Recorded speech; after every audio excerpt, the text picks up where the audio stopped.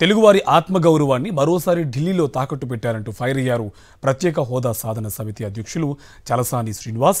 ఆంధ్రుల జీవనాడి పోలవరాన్ని నిర్వీర్యం చేసేందుకు కుట్ర చేస్తున్నారని ఫైర్ అయ్యారు. 155 అడుగుల ఎత్తున నీటి నిల్వ ఉంటేనే ప్రాజెక్టుకు ప్రయోజనమన్నారు. కానీ ఇప్పుడు పోలవరం ప్రాజెక్టును బ్యారేజీగా మార్చుతున్నారంటూ మండిపడ్డారు. కేంద్రాన్ని నిలదీయలేని కూటమి ఎంపీలకు సిగ్గులేదా అని ప్రశ్నించారు. ఎంత నీళ్లు నిలబెడుతున్నారనేది ప్రాజెక్టుకు ప్రాధాన్యత.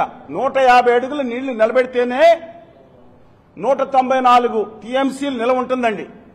134.9 అంటే 135 అడుగులు ఎత్తు, 41.15 మీటర్లు ఎత్తు నిలబెడితే డెడ్ స్టోరేజ్ ప్రాజెక్ట్ అవుతుంది. మరొకసారి చెప్తున్నా, ఎవరికన్నా దమ్ము ఉంటే, నిజాయితీ ఉంటే దీన్ని వ్యతిరేకించాలి. చర్చకి దమ్ము లేకుండా దాక్కున్నారండి మీరు ఒక్కొక్కళ్ళు. వీళ్ళు చెప్పిన 135 అడుగులు ఎత్తు అంటే డెడ్ స్టోరేజ్ ప్రాజెక్టును పరిమితం చేసే దుర్మార్గమైంది. వాళ్ళు అఫీషియల్ గా బడ్జెట్ లో పెట్టారండి. ఎప్పుడు ఇంతవరకు పెట్టలేదు. సిగ్గు లేదా మీకు? కళ్యాణ్ గారు, బాబు గారు మాట్లాడారు ఇంతకుముందు. సిగ్గు సెరవలేదురా, కారం రాసుకోండి ఎంపీలారు అన్నారు.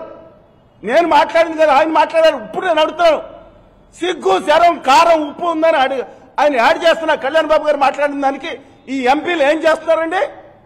వచ్చి చిరతలు భజన చేస్తున్నారా? జాతి క్షమించాలి మిమ్మల్ని. ఈ తెలుగు జాతి ఉన్నంత వరకు, మా గొంతులో శ్వాస ఉన్నంత వరకు ఆ కేంద్రంలో ఉన్న గుమా వ్యాపారులకు తల తాకట్టు పెట్టిన దానికి ఖచ్చితంగా నిలదీసి తీరుతాం. 2023లో కేంద్ర ప్రభుత్వం 12,950 కోట్ల రూపాయలు దాదాపుగా మేము రిలీజ్ చేస్తున్నాం, పట్టుకెళ్ళండి.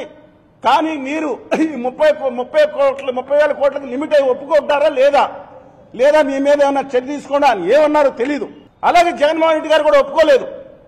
లేదా 12,950 కోట్ల రూపాయలు అదే రోజు గంటలో వచ్చి ఉండేది.